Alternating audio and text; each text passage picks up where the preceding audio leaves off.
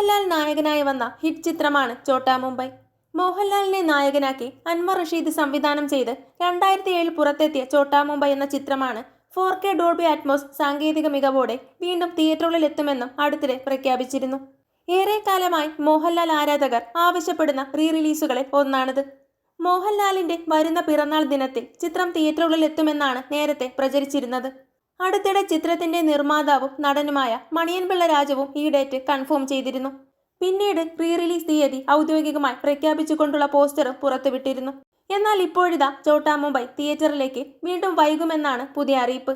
തുടരും വിജയകരമായി പ്രദർശനം തുടരുന്നതിനാൽ ചിത്രം അല്പം വൈകുമെന്നാണ് സമൂഹ മാധ്യമത്തിലൂടെ മണിയൻപിള്ള രാജു തന്നെ അറിയിച്ചിരിക്കുന്നത്.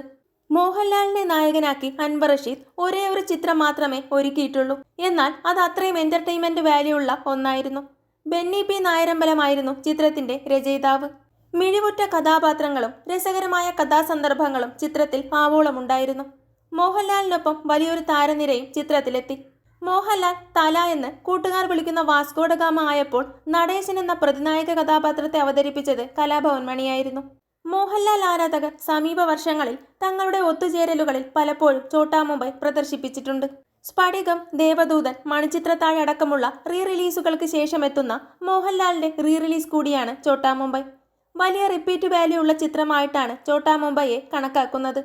ടെലിവിഷനിലും ഹിറ്റാണ് ചോട്ടാ മുംബൈ.